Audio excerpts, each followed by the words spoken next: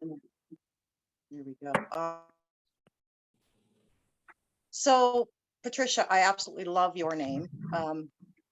You are, you have the same name as my mom. So that's very nice. Very nice. I want to chat a lot about you. First of all, I have to say, I love your books. Your books are phenomenal. They are like way ahead of the time. Like I'm reading them now going, oh my God, this is happening right now. And I just am so grateful for your information out there. I did also see a post of your on your Facebook about the new book. And that's a little, that's okay. We need to definitely be, take caution with certain things. Absolutely. So when you hear about Dr. Carrie Maget going down in an airplane crash, I don't know if you heard about that, but she's talking about the same things that I'm talking about in the book. Absolutely. Absolutely. And, I'm not willing to die for writing a book. Yeah. Close, but not death. Yeah, no, absolutely not. So hi everybody. So I'm going to introduce you. This is episode number 9. So I'm fairly new at this, but Spirit guided me to do this stuff. So we're just kind of getting rolling with it. Oh, there's my dog, my sidekick. This is To Thine Own Self Be True, the I Am That I Am, where we feature wonderful, amazing souls like this lovely lady here who have stayed true to themselves and to their mission, to spite and maybe in spite of the darkness that tries to take us out and take us down and do all those things. So I'd like to introduce everybody to the wonderful, amazing Patricia Cori. Thank you. It's wonderful to be with you guys. And I don't see names. So I'll just say hi to everyone. There are no names on the Zoom link. Oh, that's interesting. We have a few here. Anonymity. I'm so sorry. I tried to log in with my name. I'm just getting used to logging into Zoom again. Hi. Eileen Algie invited me. Nice. Very nice. I'm Wanda, sorry. Did I say that? Sounds good. All right. So I'm just going to ask everybody to go ahead and mute themselves so that we don't have any interruptions or anything like that from anything, except probably my little sidekick over here, who's going to probably have a thing or two to say because she generally doesn't like to not be included. But I've got 2 girls here that will respond in kind. Oh, beautiful. Gotta love the fur babies, Absolutely. So, Patricia, I have managed to secure and purchase 6 of your books. Wow, great. Yeah, a beautiful soul I know lent me your Atlantis Rising book a number of months ago and said, you really must read this. And it sat on my shelf, and I would go to it now and then looking at little excerpts that my guides were telling me, you got to read this. And I'm like, oh, this is really, really good. But, sometimes you don't always find the time to sit down and read something cover to cover. But I was supposed to send it back to her, take it back to her. And my guide said, sit down and at least read a chapter. So I started reading a chapter, and I said to her the next day, can I keep this for a little longer? I have got to read this whole book. Like, I cannot tell you how much it resonated with me, Patricia. Everything you wrote, it's just so succinct. It's so absolutely incredibly articulate with what we need to know, what we are going through, what we're growing through right now, and what is so important for everybody to be aware of. So Atlantis Rising hooked me on your work, absolutely hooked me on your work. So at that point, I'm like, well, I got to find more. They're not easy to come by. They're really not. Well, that's cancel culture. Yeah, you gotta appreciate their absolute ability there. But I did manage to find through a used book site. One, I got the trilogy. I've got Cosmos of Soul, A Wake Up Call for Humanity. I got that one. I think that one came from Germany. The other one I found, the third one, No More Secrets, No More Lies, or No More Lies, No More Secrets. Sorry, no more lies. Yeah, No More Secrets, No More Lies. And I found that one in the UK, so I had it sent to me. My son happened to come across one in BC for me, and he sent that to me. That was your Starseed Dialogues. I highly recommend all of them. I'm like trying to piece together all of them so I can read bits and pieces of all of them at once.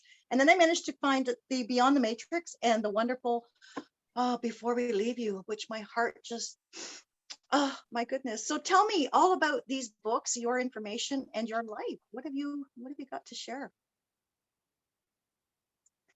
Everything. Tell you all about my life and so In a before we get nutshell. started, is there anybody left here? Because I see everybody leaving the chat.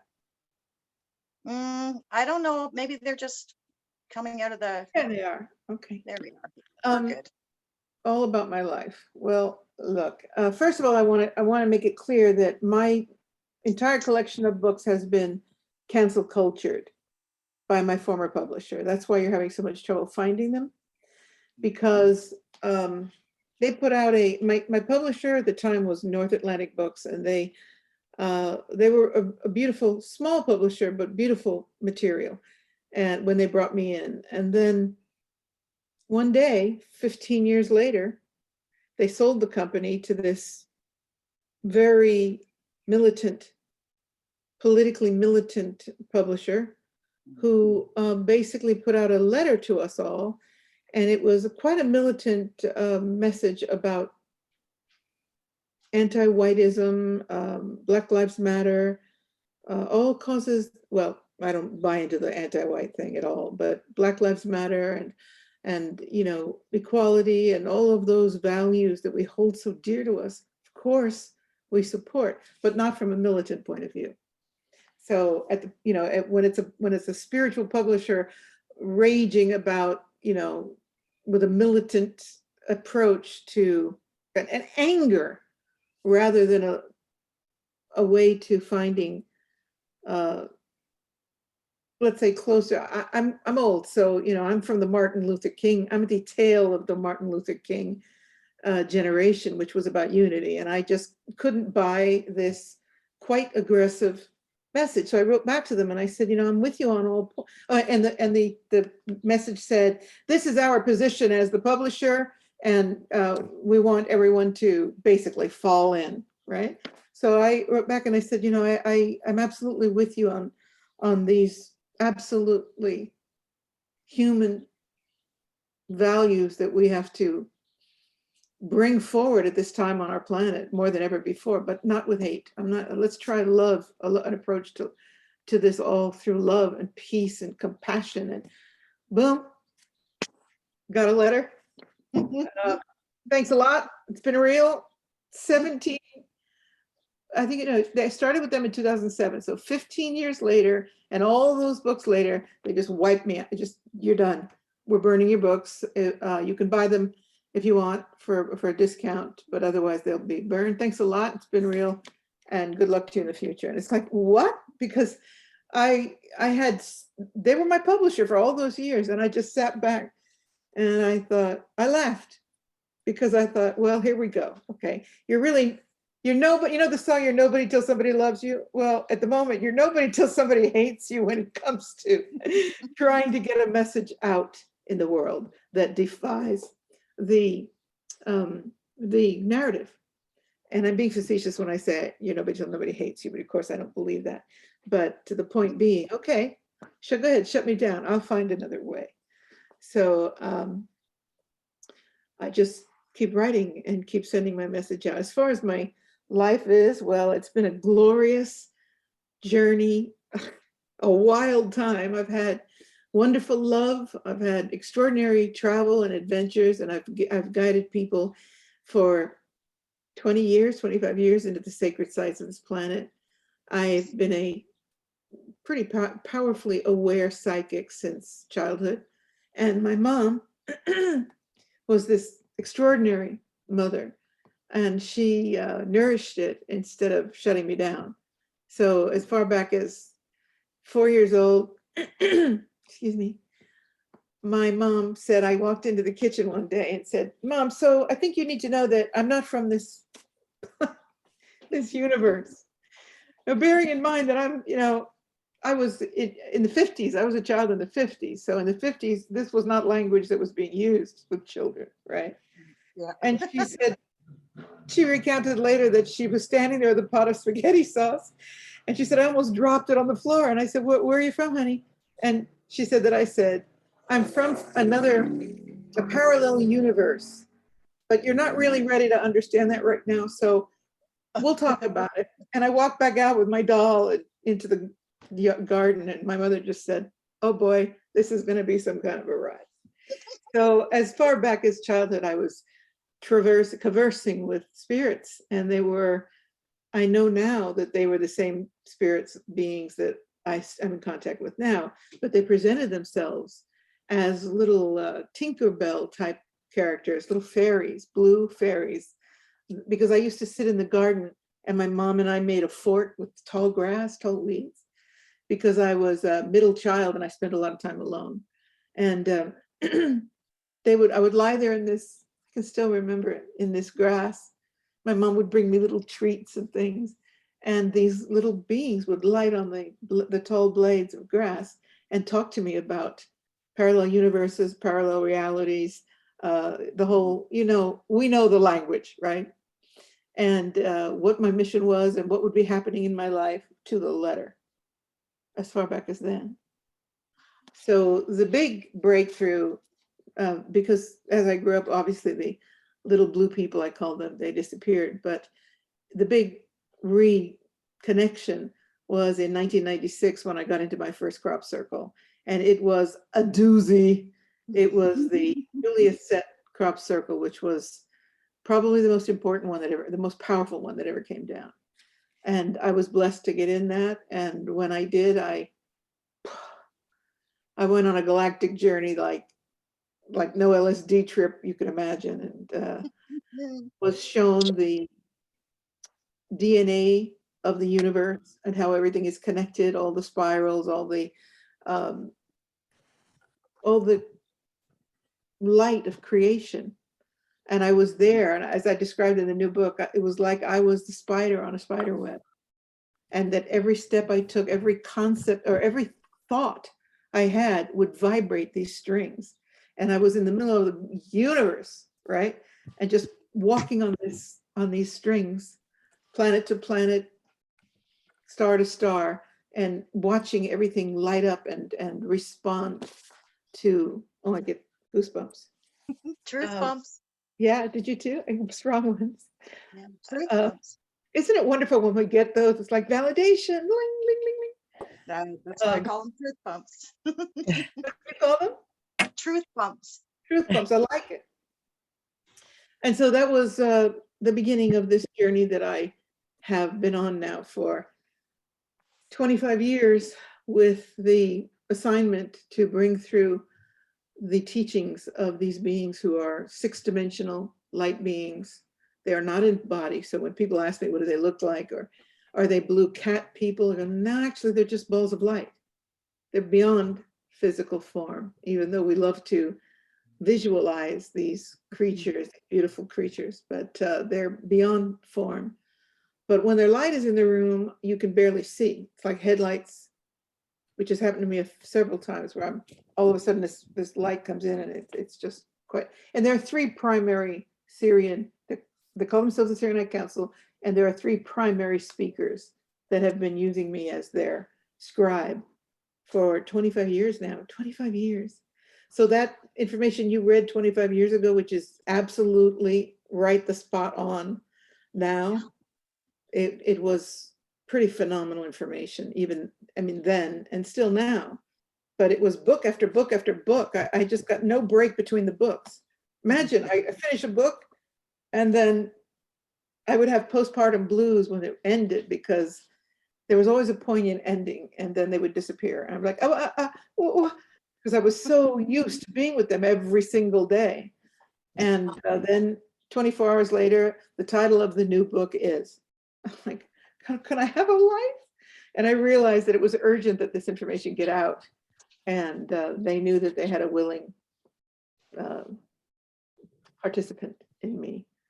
So that's what I've been doing. It's just, and so to have the cancel culture hit me like this has been quite shocking. And then the new book, which pushed the envelope, it's called Hacking the God Code, The Conspiracy to Steal the Human Soul. And I got a new publisher, which is Inner Traditions, the best publisher in spirit. But we mutually agreed that this one, It was just too dangerous to put out. And when Carrie Madej went down in the aircraft, I thought, well, because she's talking about the same thing. I mean, the basic concept of this book is how they are destroying the human DNA with the Jabberwocky, and deliberately to strip out the God code. And I think that will be the end of my life if I put it out. So as much as I live in fearlessness, I said to myself, well, now, hold on a minute. You are a fearless warrior, but you don't have to die for it. Let's find another way. So at the moment, this is fresh. It's fresh that I'm not putting out the book. And all of my followers are like, oh no, please, Patricia. But they respect it, but they're begging me to bring it out. So I'm not sure how I'm going to do this. I might do webinars. I might do snippets. We'll see. But yeah, I mean, calling, got to be careful because it's even on the air. Calling people like Harari, you know who he is? Yuval Harari, the one that said we're animals, hackable animals. Hackables, yeah. Yeah, so calling him and his group Satanists in a book is probably not a great idea. But if the shoe fits. you Yeah, know, if the blue shits wear it it. should fits. I mean, he said that humans were hackable and that free will was no longer. And he said, And you got to get over this soul thing, this mysterious soul. You don't have souls. And it was all I could do to stay calm. Yep. But I will deal with it. I will find a way. Whether or not I break it up into pieces, I'm not sure yet. But the publisher and I agreed. They didn't want to take the risk. And so my attitude is, I'm a pretty prolific author. I've got 12, 13 books out there. I can put out another book, but I need to get a little bit off of my warrior fighting bitch role and get back into, okay, you can do this in another way that will not get you, thrown off a bus or something like that. So I'm taking a little bit of a break here from writing. And then I'm sure, and by the way, that wasn't a channeled book. Oh, So all along the way, the Sirians were like, I kept hearing clicks and all kinds of sounds. And I kept thinking, is this really good for my longevity? Because it was me, the warrior, just speaking my gut, right? All of this inside of me, just putting it out there. What do you think they're doing? What do you think they're doing? That was the vibe in the book. And so perhaps there's a better way to do that so that I don't invoke that rage from them, because calling out the whole satanic world is not good for your peace of mind, and finding a way so that I can reach people that want that information and not poke the dragon to the point that they bite off my tail. yeah, absolutely. I look forward to whatever way it is presented and offered to everybody. And I know it's incredibly invaluable information especially for this time. That's exactly what they're doing. They don't like nature. They don't like anything natural, pure, and godlike. So they're trying to distort it all and change it to artificial and synthetic as much as possible. And they think that that's going to be their saving grace, for lack of a better term, but we all know they're still done. No matter which way they try to grasp at the straws, they're still done. They're on their way out and they don't like it. So I always They're say going to wreak havoc as much as possible out before they go, right? Absolutely. It's Because like the little if we can't have it, you can't have it kind of vibe. exactly. But everything has its Achilles heel. And their Achilles heel is that they underestimate the human spirit. And that the more they, the Syrians always say, the more they squeeze you, the freer you become. And they don't get that. So if they're going to slam us up against the wall to the breaking point, and the breaking point is fine, go ahead, let's break out of the old. We're ready. Yeah. So it's an interesting time to be alive on this planet. We chose to be here. It's always very important to remember that. And, we use that language easily, effortlessly. We chose to be here. We came on a mission, yada, yada. But boy, oh boy, man, this is show and tell time. More goosebumps. This is where, we really look and see who the warriors are here. It's light workers are wonderful. We're a lot of light workers out there, but some of us are warriors. And more people are stepping into warrior posture because it's needed. I'm getting goosebumps all over the road here. My hair, my arms. We're in, Me too. Absolutely. And I will say it is a great time to be alive. Sometimes I think, oh my God, like what was I thinking? This is so challenging. But then I'm often reminded by my guys in spirit that, you are a warrior. You never really considered yourself to be a warrior before because you were all about light work. But look at the revelations. The revelations talk about this particular experience. And here we are. We have to stand up and fight for what's right. Righteous anger is what we need to use here, and it's incredibly important for us to exercise that righteous anger in a way that is productive, right? Not productive. Absolutely. So I'm just going to ask. We're moving the energy up from survival, fear, to this intense emotion, and then up into the solar plexus and power. And I believe that anger resides in the solar plexus. And Absolutely. to be honest, it is so much more powerful, obviously, than the lower beneath it, because when you're in survival, you can't do much of anything. And we've been through that, right? And then if you look at it, I mean, we got this vid and everybody went into, well, not everybody, but a lot of people went into absolute despair, survival mode. Oh my God, I'm going to die from this. Then we moved up into emotion and response and reaction. And now we're getting mad. And, because we're light workers, we want to just be in love and light, and it's not going to get the job done, right? Nope. So while people are doing that, anchoring that light and being lighthouses, we need all these layers. We need the passive light, we need the determined lighthouses, and we need the warriors, because these guys are playing for keeps. They're going for broke, and so for broke. And so I personally, I feel that this, what I'm going through right now with this cancel culture thing, and now this with the book, I think it's just prepping me to be even stronger. And I won't stop, because they're going to have to shoot me in the head to get me to stop. And if they do, and this is something I want to say before we go on, the other side doesn't believe in immortality. They're mortal. They believe in mortality.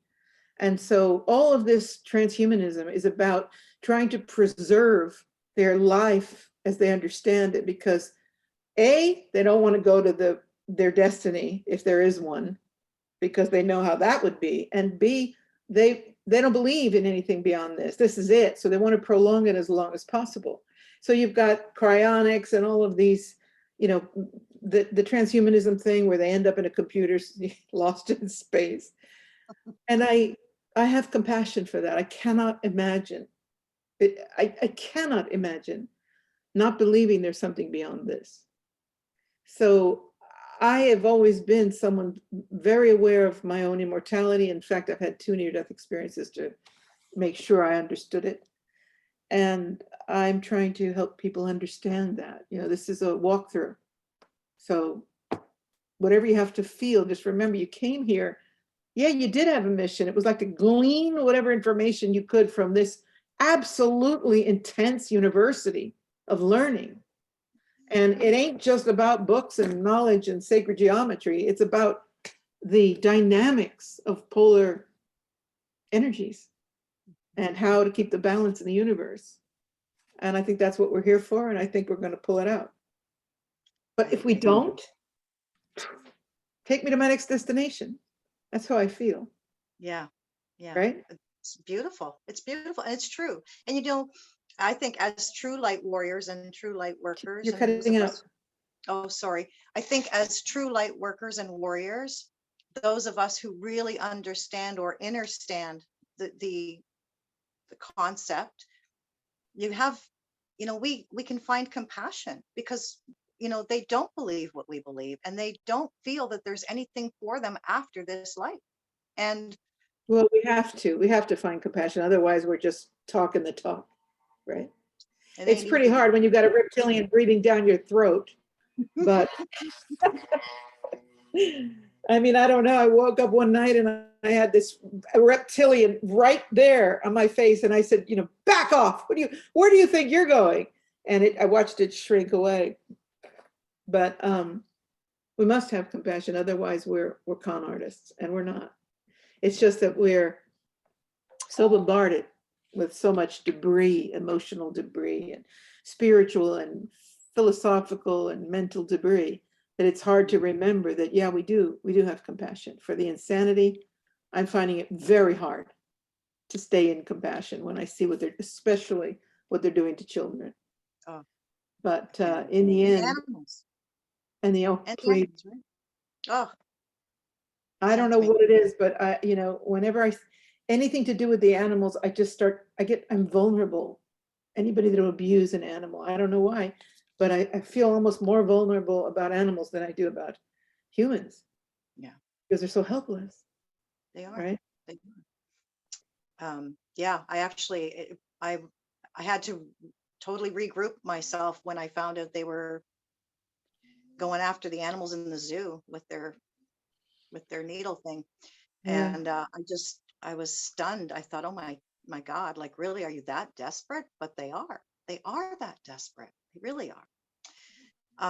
I've actually been blessed to be working with it's interesting because in the Cosmos of Soul book, they were talking about, how we have the ability to do whatever we need to do just using our mind, and our hearts, and opening up to our souls. And I've been working with innate, individually with people and their innate, to clear their bodies, their fields, and their minds of everything from trauma to certain ingredients that are found in certain things, all of those things. And I'm very blessed to be working with this new process that I'm just learning how to use. But it's incredibly remarkable, and it's so necessary, because they've really tried hard to get us every which way, whether it's in the sky or in the water or in the food or whatnot. Everywhere they could do it, they could, put their little mark, we'll say. They did. And they've turned so much into artificial and synthetic that, we are having a hard time. Like, I'm reading Cosmos of the Soul, and all I want to do is pitch the microwave out the window because I'm like, oh my God, why have I got this big house? It's just insane. But it's true, and it's everything. They have tried so hard. And I think that their whole game plan with the whole, well, if we tell them this and we get them in a fear space, then they roll up their sleeves, then, they've consented. And there's a lot more to it than just that, and I think they've bypassed that free will. But the Fear is rest of us, everything for them. If they can get us into fear and keep us in fear, they've got us. And so, they're so struggling, because for a while it was looking good for them, right? The masks, the whole obedience programming. And but as I told you, the Sirians said this: the more they squeeze you, the freer you become.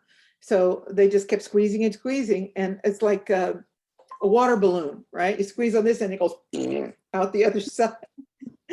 And they must be very frustrated, because they can only take the fear program to a certain level before we rebel. The tighter they squeeze us.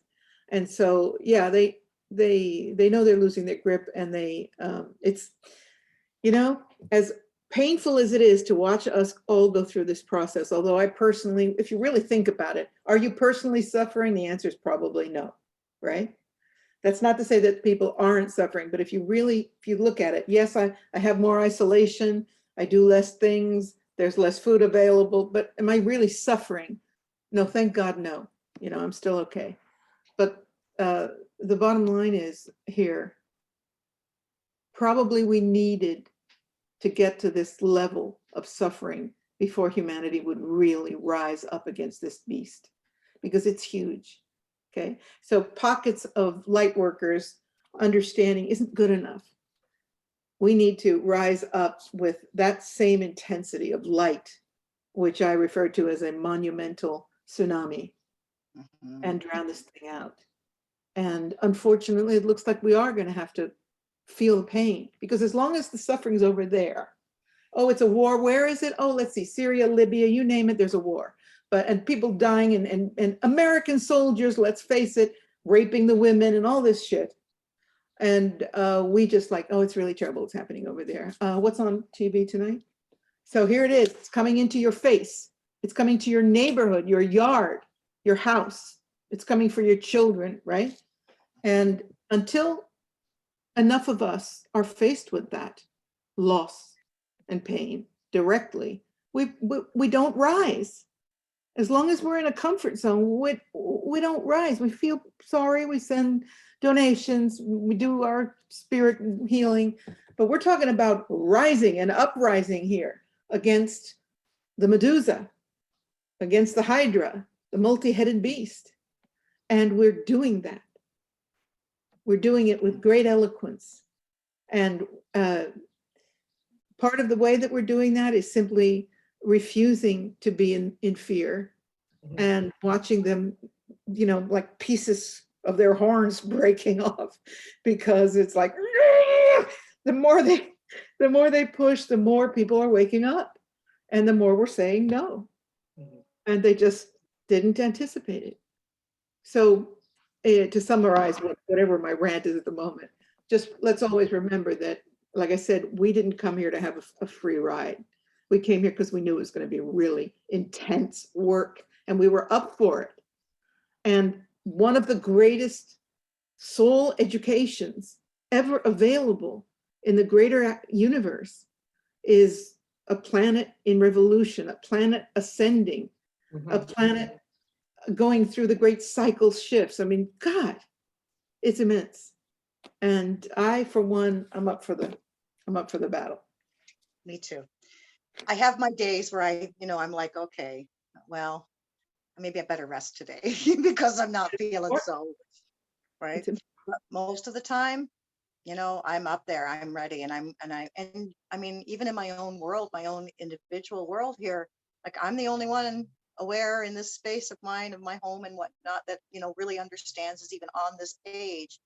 And it's challenging when it's not necessarily a supportive group you're in. It's like, you've got to get it from outside, your different friends and communities.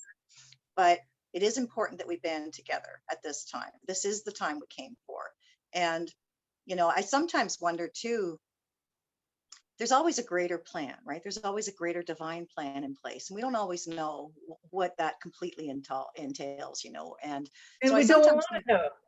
No. Interrupting you, but we don't want to know. I mean, this is so important that if you don't mind me just interjecting this, it's like, how boring would it be if we already knew the ending? Yeah. No, exactly. We don't need to know. No. So anyway, I thought I'd have an exclamation point there. Where you We're good with the exclamation points. And actually it's interesting because I was thinking that, sometimes I wonder if behind it all, this was their plan too, because they knew that eventually, the dark side eventually would have to create, well, they can't create, but they would have to, sort of provide us with this opportunity in order for them to sort of go home their way too, right? It's kind of like, hey, something's got to give here. And I think that in a sense that this is a beautiful way for it all to unfold, because even though it's a hell of a hot mess, it's amazing. It really is quite amazing. Extraordinary for sure. It is. And I hear you about not having community, because I live on a tiny, very tiny island in the middle of the Atlantic Ocean in the Azores, which is Atlantis, part of Atlantis at least. And my particular island it's underpopulated and it's very remote. Like we have one grocery store. And the people here are Catholic and they're very devout, and I'm not. And the expats who are here are, for some reason, I have trouble connecting with their mindset. So everybody's lining up for their tests and whatever. And I'm thinking, I'm marooned on this island because I'm not taking the test and I'm not taking the Jabberwocky. So I can't move off this island. And I thought, well, isn't it wonderful that I got myself to paradise before this happened? Because I was living in Italy and I kept telling my now ex, I need to come up with an escape plan. He said, escape from what? I said, I don't know, but it's going to be soon and I need a plan. And he said, you realize that, as an Italian man, this you always wanting to escape me is getting old, right? I said, we can escape together, but I'm telling you now, I'm not going to be sitting in Rome Central when this comes down. And he was like, what's coming down? So I came here to swim with dolphins for the book that you said that you almost cried with when you told me the title before we leave you, to swim with dolphins, because I thought if I'm going to channel dolphins, I've got to be in the water with them. Otherwise I'm a con, and I'm not a con. So I have to overcome my fear of sharks and jump in the great ocean. And that moment, I overcame all of it. The fear was some ridiculous, those fears that you have no idea where they come from. And I swam with the dolphins. I had a pod of 250 dolphins with me, all alone with them. It was remarkable. And when I came back, I went, I'm going to stay here. Yeah. Went home, came back 4 weeks later, which was the beginning of the end of the relationship. And I scraped my money together and bought the house, which I then rebuilt. And I knew this, I kept saying, this is my escape pod pad. So, but I am marooned here, happily marooned in paradise. And from Atlantis, I began my earthly journeys. And from Atlantis, I will end this cycle. I'm going to be finished with Earth now. I love that. I think that is absolutely incredible that you are where you are, and holding the light in that tiny little space in the middle of the water. I have an issue with water. I've had it my whole life, and the more I remember certain things and the more I read your books, I know where it comes from. I know I drowned terribly in the implosion that was our Atlantean experience. And I've tried to learn how to swim in this particular lifetime, but it just wasn't a go for me. I don't even like drinking water half the time. I'm just like, okay, wait a minute. Well, yeah, I think that a lot of us, certainly a lot of us in this group, are old Atlanteans, and a lot of us have reincarnated because of here we are again. This is the Atlantis paradigm again, which is the theme of that book, Atlantis Rising. Here you are again, same. That's my favorite of I think of all my works. I just love it. Yeah, I think so. Mine too. Because when I was scribing that book, I couldn't get it out fast enough, and I'd be like, oh wow, and I was not able to stay really neutral, even though I was able to continue to bring it in, because I was so flabbergasted by what I was hearing, and I just remember being so enthralled by that information, and also because it was evoking that memory. The memories of Atlantis for me are very fresh, and it's just interesting that I ended up back in Atlantis. So coincidences there. Sorry? No coincidences there. Not at all. No, just cooperating incidents to provide you with what you need. That's right. That's right. I have to say that's probably going to be my favorite, although I did come across the one I got from BC, that actually whoever got it, you signed it. So I'm kind of blessed to have this, right? Oh, like I didn't even know how it ended up. Yeah, it's the Starseed Dialogues. And it was for somebody named Scott, but you signed it. So I'm like, woo, now it's mine. It's amazing how this is coming. One of my talks then, because that's really perhaps. The struggle of darkness and light was very important for my timing, especially because I'm helping people clear the darkness from their bodies and from their souls and from their emotional bodies and all of that stuff, and some trauma. Just as it says in Cosmos of Soul, there's so many people who suffer trauma, and it holds that darkness within them. We have to clear it. I'm always saying to people, this is just a light, bright experience. We just got to clean our pegs. We have to clean our pegs so that the light shines through us, right? Because our plastic's a little bit icky right now. But this Atlantis Rising book in particular, that was the first book in probably a decade, Patricia, that I picked up and couldn't put down. Done in 4 days, no problem. And I still had work to do in between all of that, but every chance I get, I was in that book. And coming to right the wrongs is really important. We did. Not everybody thinks, oh, I had 100 lives and they were all wonderful. I was, so pristine and crystalline and all of that. And I'm like, yeah, okay. I was a priest, 8,000 lives. That's a very important fact. And when I do private consultations with people, and sometimes when I look at past lives, it's like, oops. And people get really uptight, you know, it's like, I can't believe I would have worked for the dark. I go, why not? That's why not? Do you have to have any emotional attachment to that? I mean, I know I come from a long line of witches. My 9 generations of black witches, 8, sorry. And then my mother was white and I'm white, right? And I believe I was probably one of those black witches reincarnating, because I can smell witchcraft. I can undo witchcraft like that, and I have no any kind of training or whatever. It's just I can smell it. It's in my genes. And so, you know, those dark lifetimes where we learn those skills or whatever it is we're doing serves us to understand how the dark side is working now. And there's nothing to be attached to whatsoever, because that's what the whole reincarnation system is about. Coming back, refining, forgiving, healing, more until we're done. I personally want to be done, but we'll see what the universe has to say about that. Yeah, But exactly. I'm certainly done with this. I think in this lifetime, I had a lot of healing to do with regard to my father. And the day that I was able to forgive my father and then later even laugh about some of the things he did, I was like, oh my God, I seriously healed. Was when I really stepped into my power. And so I feel like that's what I came to do in this lifetime. And then I'm done. I'm done with Earth. Let's put it, and you know, maybe we're all done with Earth, because I don't even know if it's sticking around in the third dimension. I personally think that we're already I think we're in a transit between third and fourth dimension, as Atlantis Rising describes. And then from there, we will all, it's like a train station. We'll all take off on our various dimensional journeys. But I think that I don't want to stick around for any more Earth drama. No. And Once not wanting to, I just don't want that to hook me to it any further. But I think that I'm done with this drama.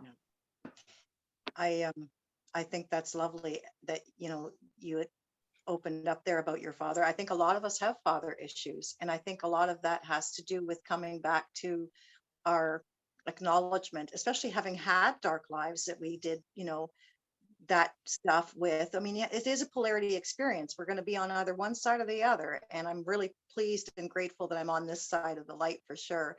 Yep, But that's for sure. I think we all have a lot of patriarchal healing to do, because it's part of the system and it's part of what we rejected in those dark lives. You know, no, there is no such thing as God creator in terms of whatever. And And who knows what we perpetrated on those souls and those lives that we had to reincarnate with them to heal it, right? Absolutely. There's Absolutely. karma is karma. You're going to pay for it. We seem to be paying for it in this lift now, immediately, in this lifetime. 24 hours later, bam, bam, bam, it's in your face because of this 4-dimensional shift. In the 4th dimension, everything is manifesting so fast, and time is slipping. So boy, is time slipping, I tell you. So that we can't even recognize how fast that is. It's just like you create it, bam, you're going to face the repercussions of your creation, which is fascinating. But yeah, I think that in my case with my father, for sure, who knows, maybe he was a victim of my black magic witchcraft in some horrible lifetime. But you know, it's, as far as I'm concerned, what matters is the now, what you do with the now. And I can't say that enough, even though, you know, it's rhetoric that we use, but making every day count, because I don't know how long we have here. I really, you know, a friend of mine was all fretting about the famine that's coming, and I'm concerned about these things too. I'm not diminishing the importance of them for a minute. But I said to her, well, maybe they'll just nuke the planet. And she seriously freaked out. She goes, how could you say something like that? That's a horrible thing to say. I said, well, we're on the verge of nuclear holocaust, in case you're not paying attention.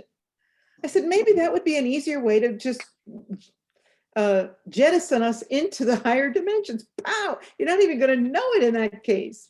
Maybe we don't have to go through all the pain and suffering.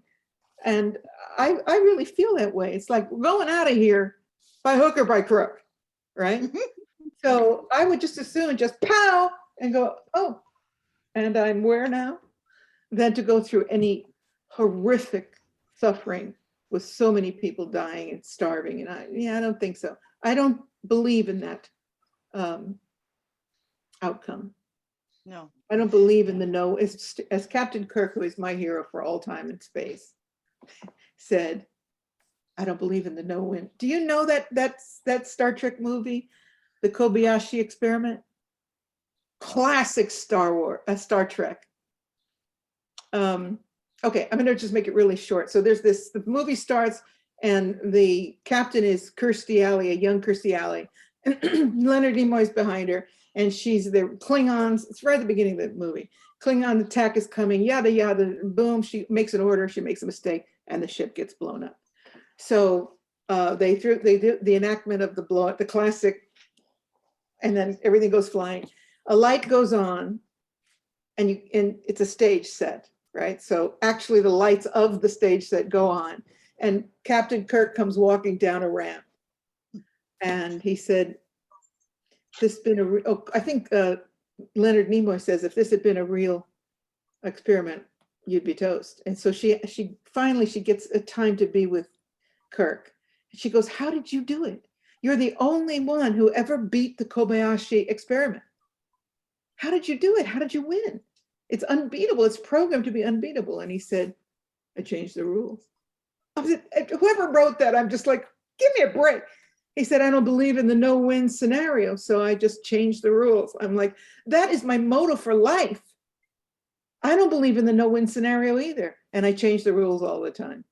And I'll change the rules about this new book as well. I'm going to find a way to, whether it's webinars or I don't know, I'll find a way. But isn't that just an extraordinary philosophy on life? Yeah. There's no way out. There's a no-win. No, I don't believe in the no-win. No. And I don't either.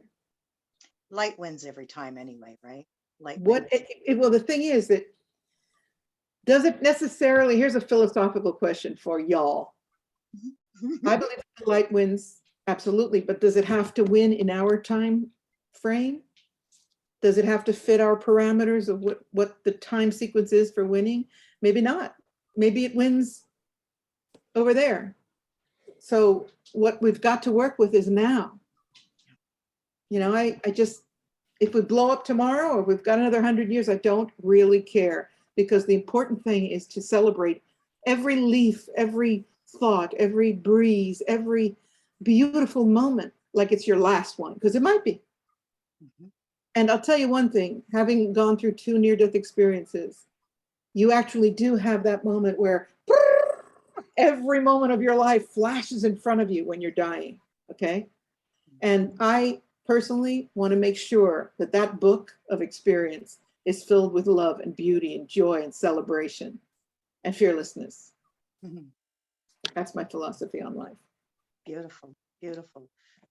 I have so many things I want to say. First of all, there is that, you know, I don't know if it's ever been validated or verified, but there is that idea that Gene Roddenberry had a connection with Valiant Thor at one point and was able to get some information about galactic and, you know, stuff, we'll say, and actually incorporated in the Star Trek series, which I think is quite remarkable. He was definitely not from our generation or planetary environment. He was not. I do think that the fourth dimension is a space of chaos. I believe that's the disassembling space that allows things to come together in a new form of reprobation. So that's really important. And I do feel that's where we are, right? We have sort of stepped into that dimensional space of dismantling, disassembling, all of that stuff, so that we can come together in a new way. And the whole witch thing, well, you know, since I was in my teens, been practicing white magic and white witchcraft and things like that. And I know that what we are experiencing here now is just one hell of a black magic spell that's been cast on this whole humanity. And they really do work that, you know, and contracts. That's another thing. I've been working with people to help them clear contracts that they hold with the dark side that most people don't realize, that come through from those lifetimes of not being on the right side of the light, you know, to work out, clear out now, so that we don't have that stuff holding on. And as for nuclear explosion, well, yeah, you know, it's all over before you even know it's happened. So there's no pain, no trauma. Yeah, I mean, the point about nuclear is you won't know what will have happened to you, and you'll be wherever you're meant to be if that happens. Because when they talk about nuclear, and let me just say that as a kid, because I'm older than probably everybody in this chat, I lived through the Bay of Pigs drama. Yeah. Where we were, ducking and covering under our school desk, which was, I said to the teacher, if nuclear radiation is the problem, I think I was 8 or 11. How is ducking under the desk and holding my head the solution? My teachers used to always say, Patricia, just do what you're told. I go, yeah, I got a problem with that. But the point being here, it's like people are talking about, a minor nuclear conflagration and mild, small nukes. I'm like, people, if nukes start to blow, the planet is toast in a nanosecond. Yeah. So you can't fear it. It's ridiculous to fear it because there's no win scenario. That's a no-win scenario for one, which is nuclear. But it's not a no-win scenario from the point of view that we'll be blasted to wherever we're going next without pain. So, okay, if that's a possible reality, all right. I mean, I hate to think of this beautiful planet destroyed, but you know what? As long as there's a seed remaining in space, it will reform. It's just that our time configuration is we don't want to wait 1 billion years to see evolution. We want to control it, and we can't. So letting go of control is so important to peace. It's like whether or not the light wins tomorrow or next year, and there's all these projections. There's a galactic wave coming, there's a super galactic wave coming, there's Nasara, Jasara, all this stuff coming. It's like, really? What about now? What are we doing with this one day? That's what we got. I have these wonderful guides, and one of them is always on about the words, because the words are spells, and they've messed with our language so much that they have distorted the way the power of words is, used and properly used. But we always consider everything that he always throws these words at me and calls them nanograms, or anagrams or whatever they call them. And he always talks about, now being this new opportunity waiting. It's now. We just have this beautiful opportunity at every second of our day to create, to think differently, to go differently, to do whatever it is we need to do. So in this now, which is our new opportunity waiting, we can do incredible things just by creating with our mindset what we do want. And whether it's oblivion or not, it doesn't matter. This, skin and bones suit I'm wearing today, it's not going to be me tomorrow, kind of idea. So it is a wonderful time for us to just sort of go with the flow, just as we decided to do today on this call. And it's very difficult to let go of control. This is one of the great lessons in life. And I've been tested over and over again. It's like when they canceled the books. I mean, imagine 12 successful books out in the world, people always buying them, always wanting them. All the PR and everything I do, it's just boom, gone overnight. And when I got the letter, I started to laugh. And I thought, wow, okay, cancel culture is coming for Pat Cori. Here we go. And I laughed again. And my beloved friends were like, what are you going to do, Patricia? How can you let them do this to you? Are you going to go do a lawsuit? I go, no, I'm going to let it go. But how? What are you going to do? I go, I don't know. Something else will come up. It's just that, there's a lesson here for me, and I'm not quite sure what it is yet. But the great lesson is, besides forgiveness, is letting go of control. There are things you don't have control over in your life. The more you try to control them, the more they slip away, right? One of them is what people think. And that's a big one, man, because I'm out in public and I know all of you've got family who think you're crazy, right? Children who aren't talking to their mothers, all this ridiculous stuff. And I'm like, okay, goodbye. I mean, my own family, my brother said, sis, I can't have my name affiliated with you. I said, I'm sorry. Mm-hmm. He said, I'm a banker. I don't, what if people, I go, well, change your name.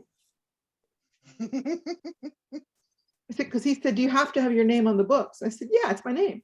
But if you've got a problem with my name, change your name. That's right. And I just thought, I'm probably going to lose this brother, and that's okay.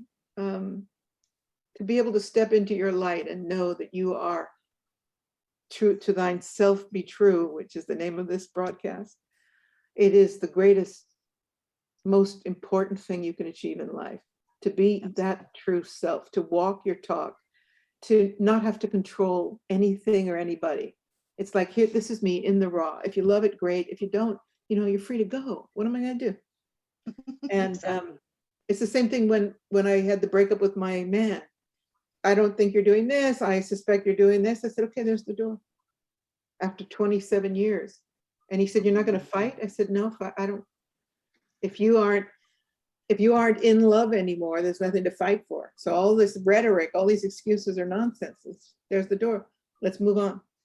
And it's a wonderful feeling. It's painful, but it's a wonderful feeling to own your truth, to stand in it, and to let go. And I think that more than ever, we're learning how to let go of people, because first of all, a lot of people we know are going to die. I mean, that's the unpleasant reality that we probably don't want to get too deeply into that conversation. And then others are simply refuse to communicate. I have had a few people say, you supported Trump, so I'm burning all your books. Oh. And I said, well, you might want to put them on eBay, because a lot of people are looking for these books. You could make some coin. You can make some bucks off of your hatred for me. And then it came around again when I was anti-vax, right? I have all your books and I'm throwing them in the garbage. I'm burning you forever. You suck. I'm like, whoa. Okay, well, you might want to put them on eBay. I'm telling you, there's some bucks there. And I just, I feel for these people to be caught in that much emotional trauma, inculcated by all the control systems that are put in place, and to be so addicted to it, to be so hypnotized by it that you can't find your way out. I feel for these people. I've had people that have been friends for 50, like anybody else, 15 years. They've come on 3 or 4 sacred journeys with me, read all my books, this wonderful spiritual connection, and then boom, they hate me because I came out tolerant of Trump. I've never been waving the flag, but I go, this guy's doing some good stuff too. Certainly better than where we are now. Right. And I'm burning. This one woman actually said, I'm lighting a bonfire and I'm burning all your shit books. I'm like, okay, well, make sure you get some marshmallows. Enjoy the ride. Couple of weenies. But yeah, it's letting go, letting God. That's what it's all about. And that's so critical. People are so struggling for some control because it just keeps being ripped, through the populations as you're doing this because we said so, and nobody feels like they have control. And one of the things I'm always teaching people is you don't want to be in control. You want to be in command, but you don't want to be in control. Trust me. You can't be in control. Right? Yeah. Impossible. It is impossible.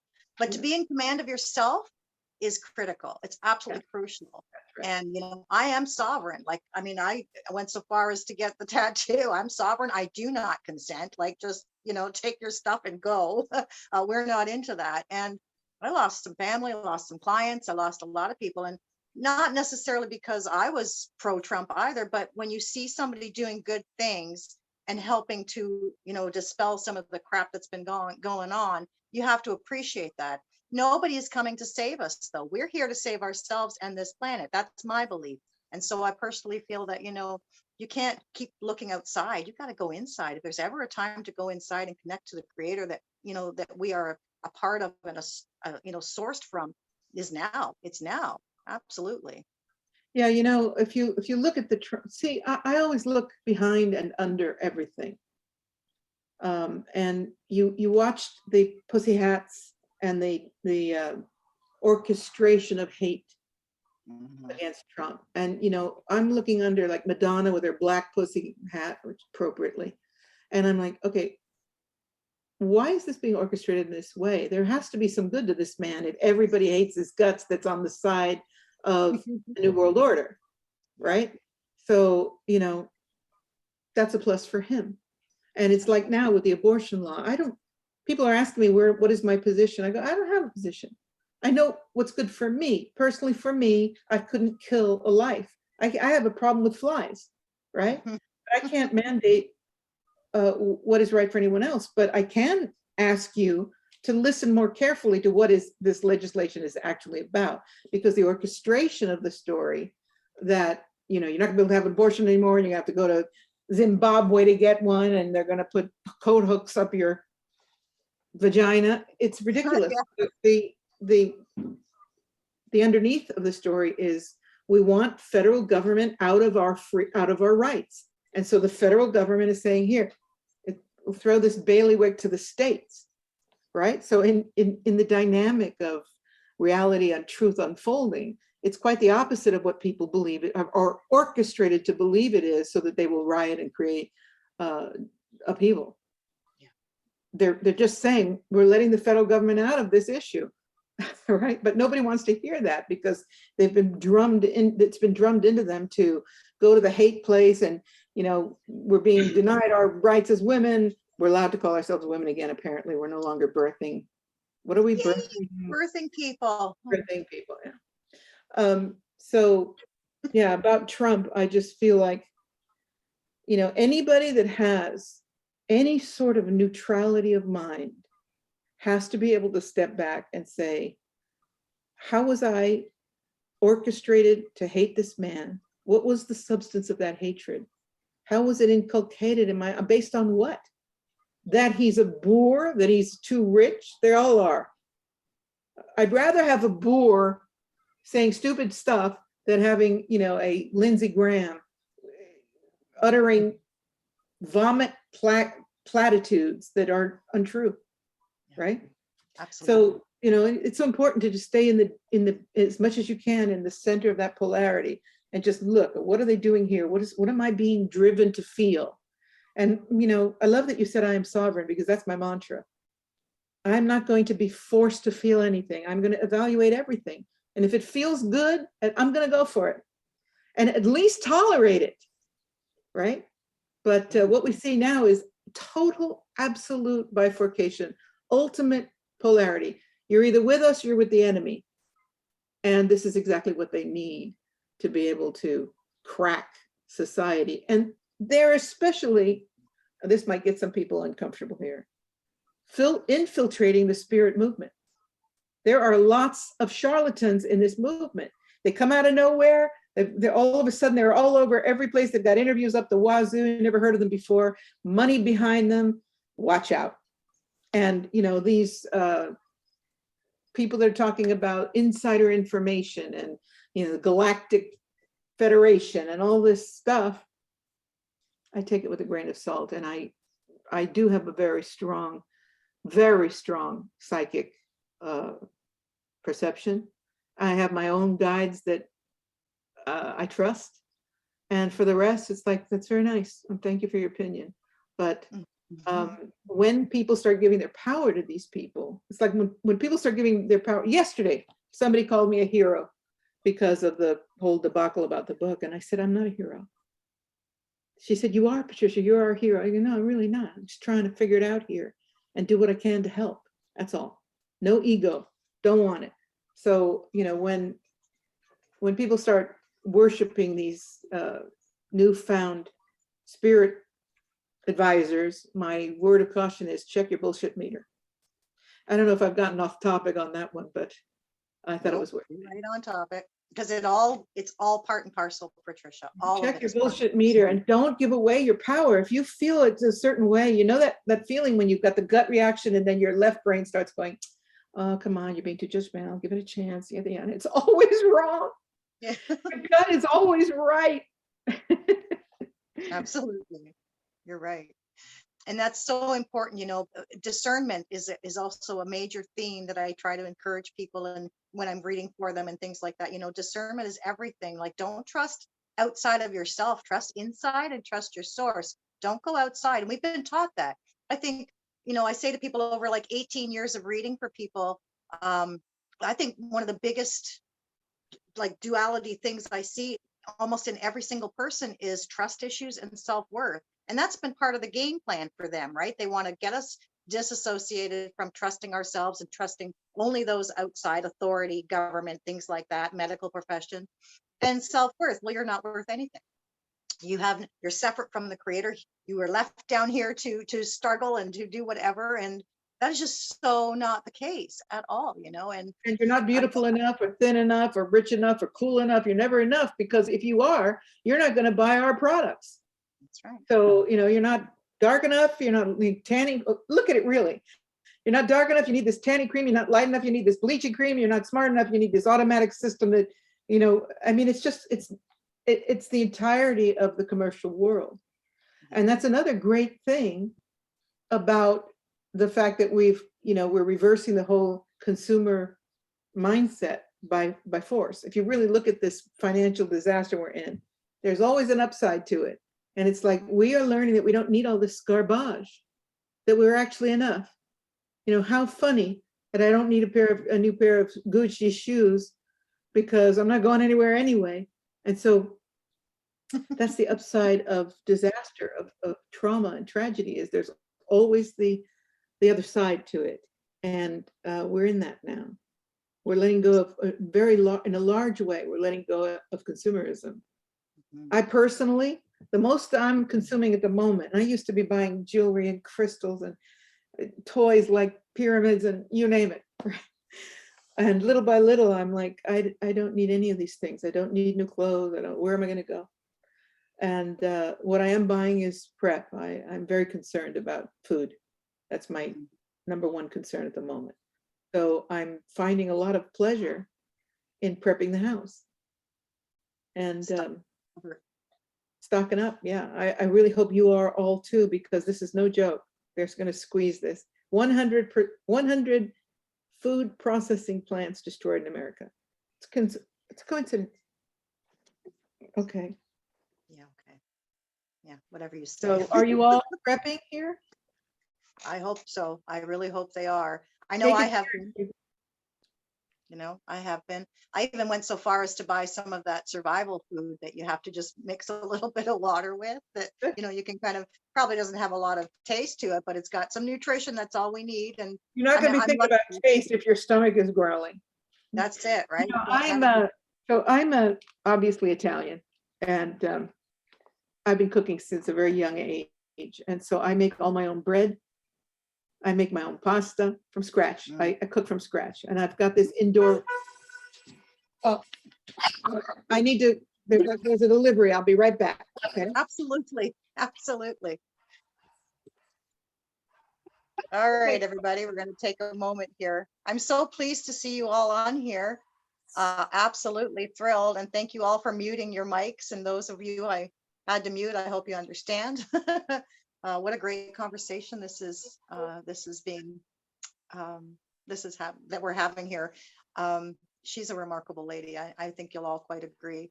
And I do encourage you to look at any used books, any used bookstores you've got around.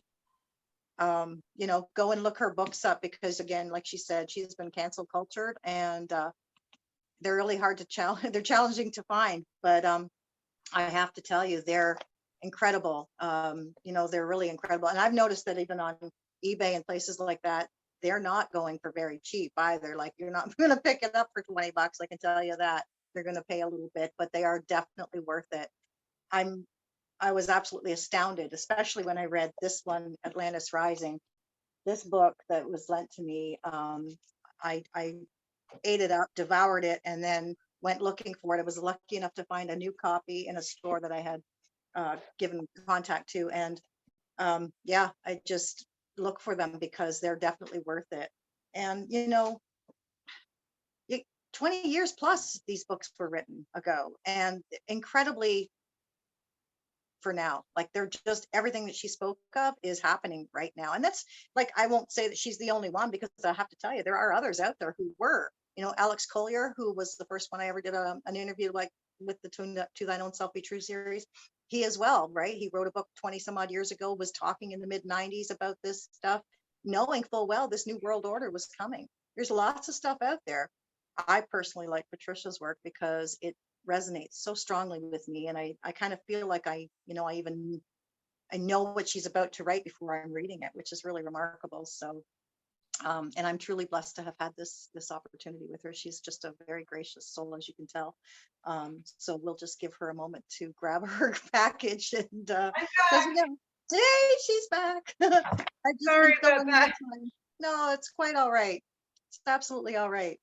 I've been shouting about your books here. Actually, I saw some on eBay and even on some of the used book sites. They're not cheap, Patricia. Some people want $100, $200 for these copies, and they're not That new. really breaks my, I know, sure. Well, the good But- news is that I'm going to get them back out. Either Intertraditions will back publish the old books, or I will self-publish on Amazon. So they'll get back out because they're classics. And it really, when I see them for sale on $100, I'm like, how uncool that people do that. But Oh, it's yeah. marketing. Books Well, out of print that are in demand, people just get a hold of them and rape people. to the highest bidder. I've had people ask me if I'm willing to sell, and unfortunately, I'm just not. No, I'm just don't. not willing to sell them. And No. something that is very important is people read that book particularly, but all of them, but particularly Atlantis Rising, they tell me they've read it 6, 7 times. And each time they get completely new information. And so I asked the council about that, and they said that there are layers of information, hyperdimensional imprinting in that book. And that each time people read it, they get the first layer, they get the second layer, and they can't believe that they've read it. And one person said, I read it not that long ago, but I just had to read it again. She said it was like a beautiful vacation you go on and you loved it so much you have to go back. And she said it was like rereading it. I'd never read it. What's going on here? And so there are these layers in that information, particularly that book.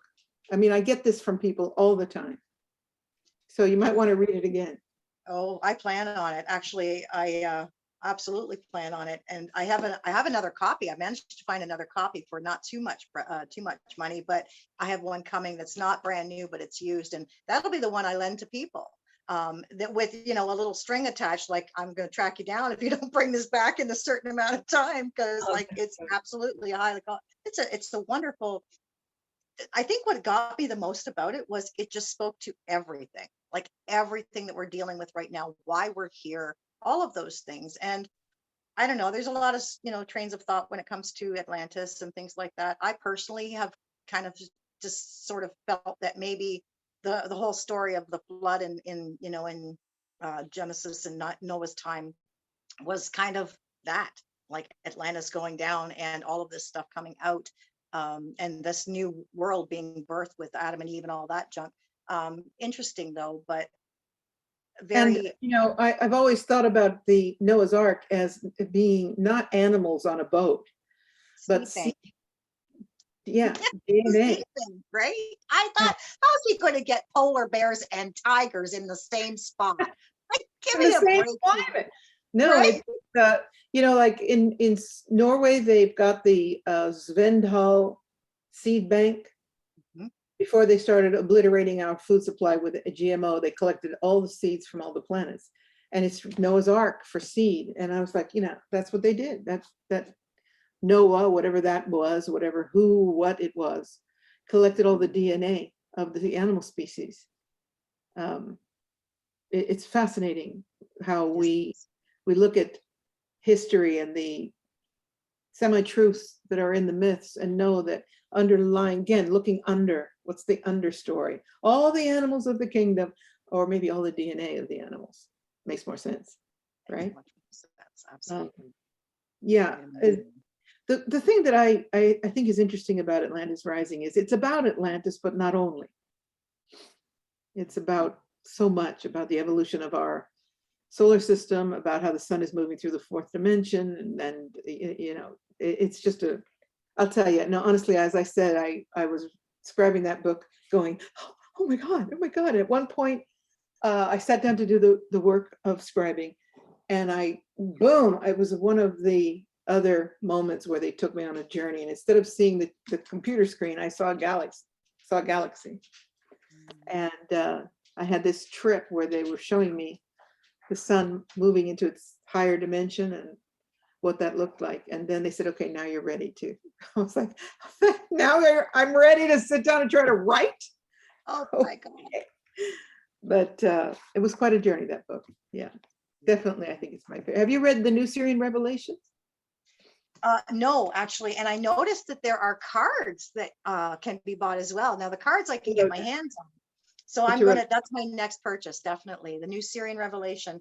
I believe Yeah. I have some copies of the new Syrian Revelations here in a box. Oh.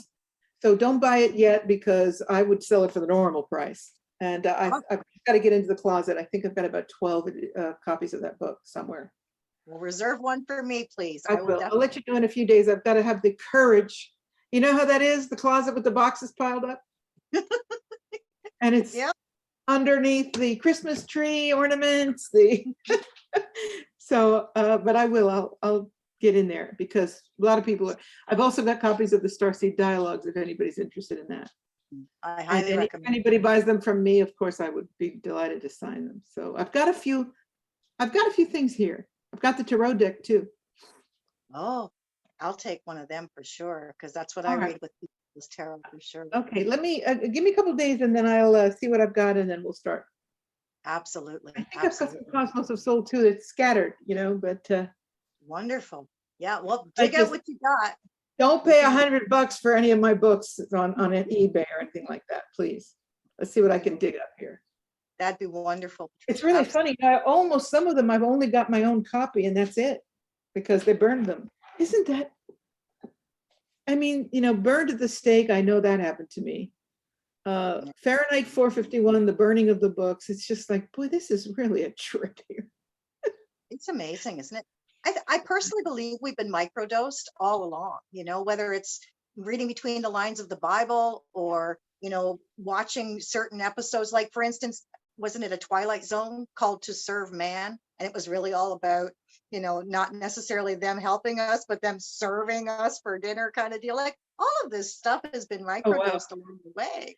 Yeah, that's an interesting thing that you bring up too, because, we're hearing, obviously they're getting ready to disclose. We've got military, the Navy, everything is getting pushed into high gear. And when I was with Dr. Michael Salla, that's where you found me, isn't it? Actually, I saw you prior to that. Back in December, I think it was. I think you might have been on a Sasha Stone one. And you were just on there last week with him, Sasha. Actually doing Sasha later tonight. Woohoo! Anyway, I'm going to have Sasha on in a week on my show. Wonderful. I'll have to catch yours too then. I'll send you the link for mine later in case you're up. Okay, but you great. probably won't, because you're way ahead of me in time, but definitely. What was I going to tell you about Dr. Salla? What were we talking about? We were talking about disclosure. Yeah. Carry he on. said, that it's very possible that they're going to give us, instead of, the alien arrival scenario, the dreaded warrior alien, that the government could just as easily create a fake good guy scenario. And I thought, I remember saying to him in that interview, it wasn't the last one, it was when I had him on my show. I was like, oh my God, talk about the ultimate disempowerment. Starting with all the new agers who are like, yeah, the good guys have arrived, yay! And, let's talk about some fabricated ETs, because they can do anything they want. Whether it's masked humans, whether it's holograms, come on, we can't trust anything we see. No. So you get some Captain Kirk type aliens stepping out of a craft in Washington, D.C. and Moscow and Berlin and saying, we got some good news and some bad news. The good news is we can help you out of your crisis on Earth. And the bad news is you're going to have to do it the way we say. And you should just think about that for a minute, the potential of control if they fake a good guy alien arrival. So once again, I'm telling everybody, use your discernment. What looks good may not really be good. Don't trust what you're being shown and told it is. Investigate it. Turn on your bullshit meter. Sorry if anybody offended by my shit. Not my people. They've heard a lot worse coming out of me. That's good. And I think that's a really interesting. So do we have time for a quick story? Absolutely. We have all the time you're willing to give me. I was visited by a couple of very bizarre looking people who claimed that they were enamored with my work and that they thought it was the best channeled material ever written. As soon as somebody strokes my ego, my antenna go up, right? And they just couldn't wait to meet me, and they read all the books, and they weren't going away. So this guy says, oh, we're in southern Italy. And I said, what are you doing in southern, in Naples? I said, what are you doing in Naples? I.e. Naples base, NATO base, big Southern Europe NATO base is in Naples, right? And he said, well, we work with the military, but don't get the bad impression, because he said, there's a lot of good guys in the military. And I said, yeah, something about war, destruction, abuse, and good guys. It's a little hard for me to put together. And he said, oh, trust me, Patricia, we're Reiki masters, we're yoga masters, we're every kind of master you can imagine. And we'd love to meet you. Why don't you come down and have meet us? And I go, no, if you want to meet me, you come where I am. And I told my partner, Franco, I said, these people are not going to go away unless because it was constant, right? And he said, the angel that you know, was it the devil that you know is better than, what is it? I can't remember the expression. The devil you know. The devil that you know is better than the angel you don't know, or something like that. So I agreed to meet these people. And I said, how will I know you? Because I gave them specific coordinates that would be out of the way for where I live, so that if anything dodgy was going on, I could hightail it out. And I chose a restaurant that was my friends that ran the restaurant, right? So they said, I told them which exit to take. And I said, how will I know you? And they said, we'll be in a black limo with military plates. And I just laughed. I go, are you trying to intimidate me or what? What is this gig? No, Patricia, please trust us. It's going to be great. We have so much to share. We just can't wait to meet you. Oh my God, the Sirian goddess. And ding, up goes the antenna. Boom, right there. So we go to this lunch. When they arrived, they stepped out of the car. I swear to God, they were 6'7" each, blonde, psychic eye. There is no marriage here. There was nothing going on with their auras. I was like, they were wearing these kind of jumpsuits. I'm like, are they trying to tell me they're Nordic aliens or what? So we go to the lunch, separate cars. And when we sit down, he's all effusive. It's like, oh God, Patricia. I said, please. I said, let's start this conversation by you turning off the bullshit, how wonderful you are, ego stroking. I'm not buying it. I don't want to hear it. So I know we're here for a reason. And the reason why I'm here is I want to know what the reason is. He goes, oh, let's not start off with paranoia. I said, I'm not paranoid, I'm aware. So I want to know what we're doing here. Well, he starts going into this diatribe about they just can't imagine such pure. I go, you're doing it again. Don't do it again. This channel, how do I hear it? Where does it come from? What's it like? And I said, it's in the love zone and you're not in it. So I can't explain it.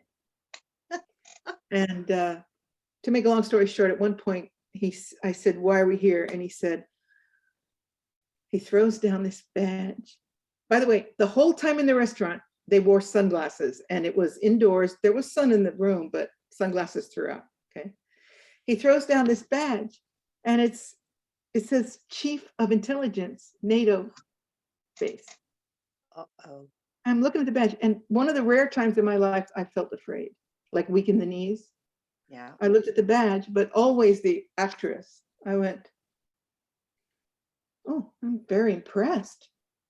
The head of intelligence, little old me. I go, well, this, I said, for starters, this means you're paying for the lunch because you're a big co. So he told me that I asked him what they wanted from me, and he said, well, your book, No More Secrets, push the envelope. And I go, here it comes. I said, what envelope would that be? He said, well, Patricia, it's pretty out there. And I go, guess what? I've only started. So if you think that's pushing the envelope, you ain't heard nothing yet. Right on. He goes, please, I'm not, we love you. It's a blah, blah, blah. I said, I don't know what kind of a moron you think I am. But on the one hand, you keep telling me how wonderful I am and I'm a goddess and all this bullshit. And in the next, you slap down a badge from the CIA, the head of intelligence, just to let me know to be a little bit afraid. And then you have the audacity to tell me I'm paranoid. I'm out of here. And I walked out. The next year I was in in crop circles in England, and I'm in this delirium. I didn't have a group with me, so I'm in this delirium of orgasmatron, spaced out and lying in the field, having an astral journey. And I come screeching back into my body, and I look up, and there they are standing over me, looking down at me like I'm in the bottom of a test tube, like an insect. Holy shit. And I went, "What are you doing here?" "Oh, Patricia, the Sirian goddess. Oh my God." I go, "What are you doing here?" He said, "Oh, we came for the crop circles." I went, "These are aliens. Holy shit." You're an alien. And I managed to be, I was very rude. I just don't treat people that way, but my gut instinct was get away from these two creatures. Yeah. And this happened for 4 years in a row. I'm with a group, I'm up at the Glastonbury tour, leading a meditation. The guy walks around the corner, he goes, "There she is again, unbelievable." And my group are like, "Hello." And I'm like, and the final part of the story is the last time I saw these two, I was on a bridge in Marlborough, England. It's a beautiful farming village in England. And it's a little cobblestone bridge, which is not even, it's big enough for one car to pass, okay? And on one side is a parking lot, and on the other side is the little town. And I'm with my friend, she's looking at me, and we had the bridge blocked because we're standing in the middle of it, right? And she was like, "Well, down there, there's a picnic area." And I said, "Okay, we'll go down there." But I go, "In the meantime, look at these ducks, these mallard ducks." And she goes, and boom, I feel somebody bang into me. Now, you don't have to be psychic to know when somebody's that close to you that they're banging into you, right? I turn around, and there they are. And her eyes, these people stepped out of another dimension, these beings, they stepped out of another dimension, because there was no way they could have crossed that bridge without us seeing them, right? They weren't there when we got there, and they weren't anywhere around. Banged into me, and it's like, "Oh, the Syrian goddess." And I turned around and I said, "Look, I don't really know who you are, but I do know you're not from this earth. And unfortunately, although I can't wait for the experience of encountering alien, ET, whatever you want to call it, in the flesh, I do not want you to come near me again. If you do, I'll expose your ass." Okay? Because they were known, because they were infiltrating the crop circle community, and I was very prominent in that community. I said, "I will expose your ass. So get away from me, make it permanent." And that's the last time I saw them. So the reason why I'm telling that story is be careful. Be careful. Yeah. Thank you for sharing that, because a lot of people, they would get taken by that. They would really fall under that spell, really is what it was. And A lot of people were taken because they were infiltrating the crop circle community. And one of the people who ran the crop circle cafe said, "Are you trying to tell me, Patricia, that I won't mention their names, they're aliens? I mean, did you think you need to have a coffee break?" I said, "I don't care what you think. I know what I know. I know what I feel. And I'm telling you that that's what it is for me. So you do your homework, but just don't give them too much information." And then, a few other people were like, "These two are very strange people." But they were like 6'7", blonde, very strange energy. And psychically, they had no aura field. I'm like, that's a tool right there. "Yes, you think?" Yeah.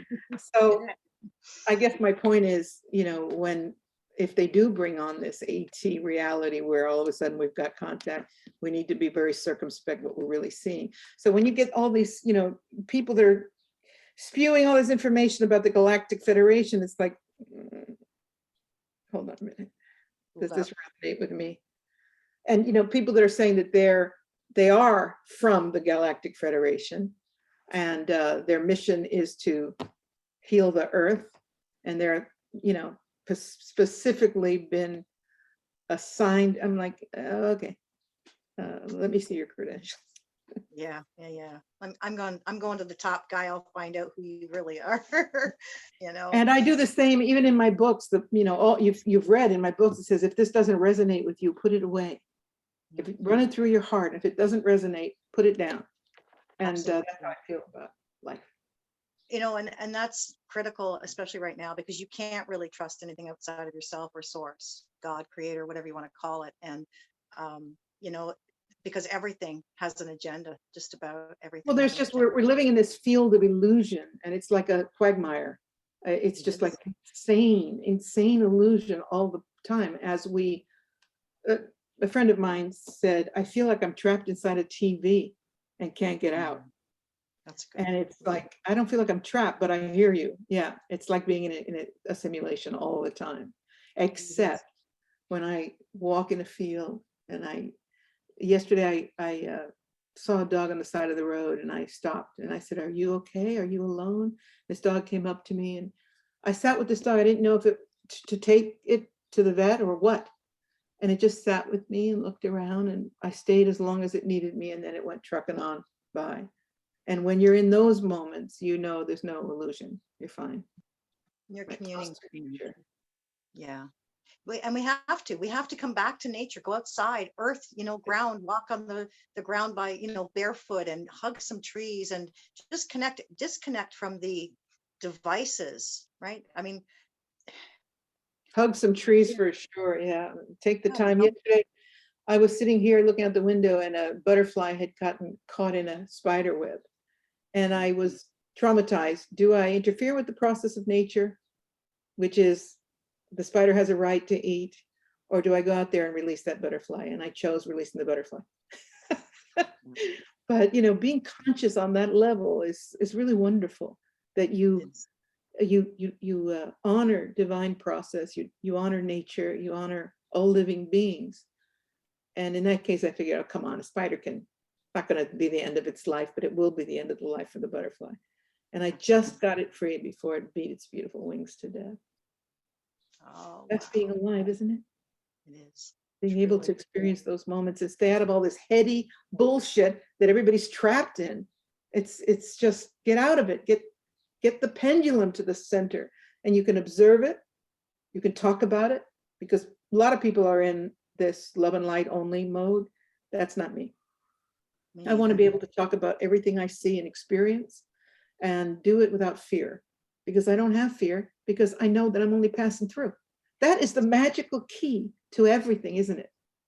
When you really grasp that, it's very hard to be in fear. Absolutely. Absolutely.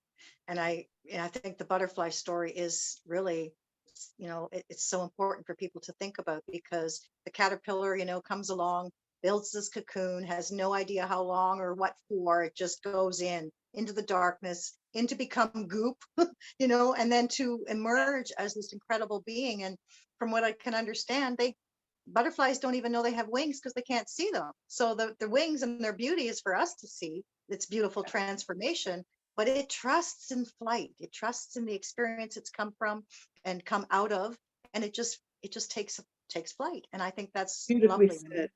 And Yeah. butterflies have very short lives. It's just, a butterfly is an extraordinary animal to examine. It's like you go through all this metamorphosis just to have a quick moment, maybe a day. They don't have very long, a couple of days, just to experience the light. If you really look at this as a metaphor for our lives, right? You go through the struggle, you go through the hibernation, spiritual, if you will, to then finally get your wings and off you go. Yeah. The dark night of the soul, even, right? Yeah. Yeah. And I think God put everything there for us to see it in, you know, when we can look beyond the just caterpillar, cocoon, and then emergence, we see what's really happening there. There's so much depth to it that it is poignant, right? It's really quite poignant. And I love that. Especially when we pay attention, because 98% of the people would never notice that butterfly, right? And so, you know, this is a time when awakening is also paying attention to everything around you, including the dark. Let's look at it. Let's bring it all up. What is this about? I'm not afraid of you. And by standing in power and not being afraid of it, you help diminish it. You help weaken the darkness and allow the light to penetrate. Absolutely. And it serves a purpose. It Everything serves a purpose. I mean, we wouldn't have an understanding or an understanding of what light is if we had no darkness to compare it to. That's So it. everything is And there would be no important. rainbows, just lever. Was I always tell this to people, without darkness, you ain't got no rainbows. You have no spectrum. We live in the spectrum of light. If there's no dark, we can't have any light, any colors. We can't have a life as we understand it. So bring on the darkness. I'm not afraid of you. I have been you, and Yep. I understand you, and I choose not to resonate to that vibration now. So how can I heal you? Yeah, and there we have it. How can we heal ourselves and even them, right? I mean, I But in personally healing believe them, we are healing ourselves. exactly, right? And when you recognize and understand oneness as well, it's all the same coin, just different sides to it. You know, when It's I was doing psychic healing, unfortunately, I have to say, I was called to be doing this heavy duty work where people were coming in with these attachments and fragments and demons and all kinds of stuff. It's like the Whoopi Goldberg situation where they all got together and said, hey, there's this woman who knows how to release us, come on down. And I would have these waiting rooms full of these people waiting their turn, and then these ghouls or whatever sitting around them. And I'm like, I didn't mean to be doing this kind of work. But a lot of times when I would go in, these little critters, not the demonic things, but the critters would say, I don't know how I got stuck here. I don't know how to get out. Yeah. And I would say, I'm here to help you, but you have to, all three of us have to be involved here, and it all has to be for the highest good. But I'll get burned. I know the light burns. I go, you've been fooled. The light does not burn. I can help you. Just take a test. Would you like to try to do that? Test it? Okay. Just put a little piece of you here, and I'd shine my palm. Here it comes, okay? Okay. Oh, okay, it doesn't burn. But just remarkable stuff, you know? And That's actually a lot of the work I do right now. Is yeah. helping get cleared of those things and even the heavy stuff, right? And some of the contracts they have with the dark side that you'd be amazed, or and yet it's strange but true. Like a lot of the dark side, they don't even want to be there anymore. They don't want to be doing that stuff. A lot of them are trapped. They don't really, and when I call it the dark side, a lot of times, I mean, going in and out of body, out of, incarnating, moving through the gray zone, moving through all these astral levels. Sometimes entities or energies just get trapped and all of a sudden they're stuck to this. They don't want to be, right? So it's good work that you do. And I stopped doing it because they were getting stronger and stronger. And I didn't want to be doing that kind of work. So It's not for everyone. listen, I have to go because I've got another interview coming up in 20 minutes. I so appreciate your time, Patricia. It's been Thank an absolute you, you're honor. real soul sisters. The energy is excellent, and I wish I could stay longer, but we can do it again. Listen, I'll message you. I do appreciate it. We'll look at some of those books, and I'll take whatever you've got. And Okay. I'd love to connect for maybe a one-on-one even. Right. If you're Would be very honored to do that for you. I'd love that. Awesome. All right. God Well, bless thank you, my friend. sweethearts. Thank you. It's been great being with you, and go forth and prosper. Absolutely. God bless. Take care. We'll talk soon. Bye, Thanks to everybody who joined us. Bye Love now. you. Have a wonderful day. Ciao. Ciao, ciao. Ciao. Ciao, Bella.